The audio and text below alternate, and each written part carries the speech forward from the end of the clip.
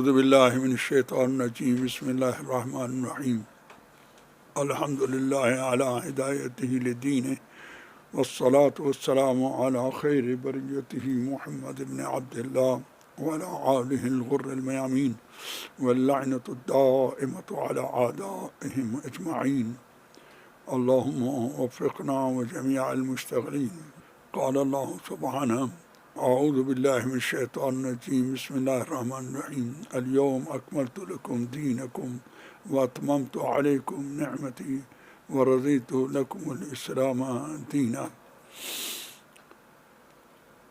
معتبر روایات سے ثابت ہے کہ یہ آیت غدیر خم کے مقام پر جب رسول اسلام نے اعلان ولایت و خلافت امیر المومنین فرمایا اور لوگوں سے بیعت لی امیر المومنین کے لیے، تو اس کے بعد یہ آیت نازل ہوئی۔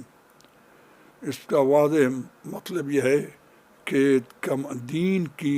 دین کا کمال، دین کی تمامی، دین کی حقیقت اس وقت کامل نہ تھی جب تک کہ مولا کی ولایت اور مولا کی خلافت بلا فصل کا اعلان نہ ہوا تھا۔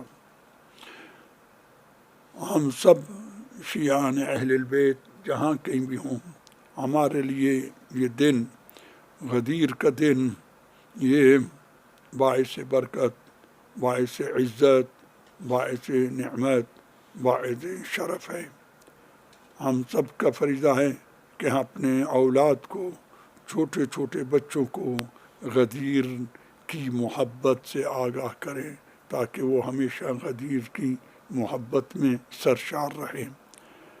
میں نجف اشرف میں بیٹھ کر تمام شیعان عالم کو جہاں کہیں بھی ہوں اس عید مبارک کی تبریک پیش کرتا ہوں۔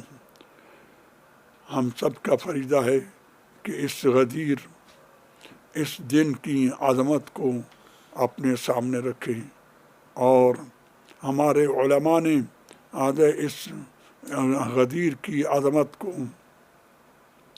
واضح کرنے میں کوئی کوتاہی نہیں کی ہے، بلکہ علماء نے کتابیں لکھی ہیں، مفصل کتابیں لکھی ہیں امیر المومنین کی ولایت کو ثابت کرنے کے لیے۔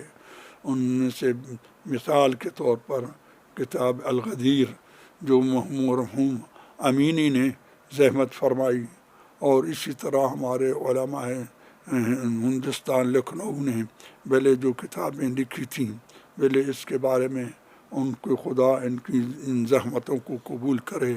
تو ہم سب کا فریضہ ہے، خواہ ہم وہ کتابیں پڑھ سکیں یا نہ پڑھ سکیں، لیکن غدیر ہمارے بچوں کے منہ سے، ان کے ہونٹوں سے غدیر کا لفظ جو ہے یو روز غدیر بہت سنیں، تاکہ ہم اس عید کی عظمت کو باقی رکھنے اور یاد رکھیں انشاءاللہ تعالی۔ میری دعا ہے خداوند عالم آپ کو اور مجھے اس غدیر کی عظمت سے فائدہ اٹھانے کی توفیق دے۔ ان فوائد میں سے ایک مختصر سا فائدہ عرض کرتا ہوں، بڑے فائدے کسی اور وقت آپ سے واضح کریں گے۔ وہ یہ کہ انسان امیر المومنین علیہ السلام کی زیارت کرے اس دن۔ اگر نجف میں ہو تو مولا کی زری سے چمٹے، مولا کی زری پر رخسارہ رکھے، مولا کی زری پر آنکھوں کو مس کرے اور زیارت پڑھے۔ اگر نجف میں نہ ہو، دنیا کے کسی کونے میں ہو، نجف کی طرف منہ کر کے، مولا کی طرف منہ کر کے اس زیارت کو، جس کو ہمارے علماء نے لکھا ہے مفاتیح الجنان اور دوسری کتابوں میں بھی ہے، اس سے یہ کہ زیارت پڑھیں تاکہ ہم غدیر کو زندہ رکھیں، غدیر کو اپنے دلوں میں رکھیں۔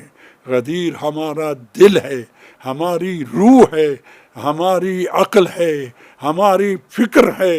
خدایا غدیر کو ہمارے دلوں میں ہمیشہ ثابت رکھا۔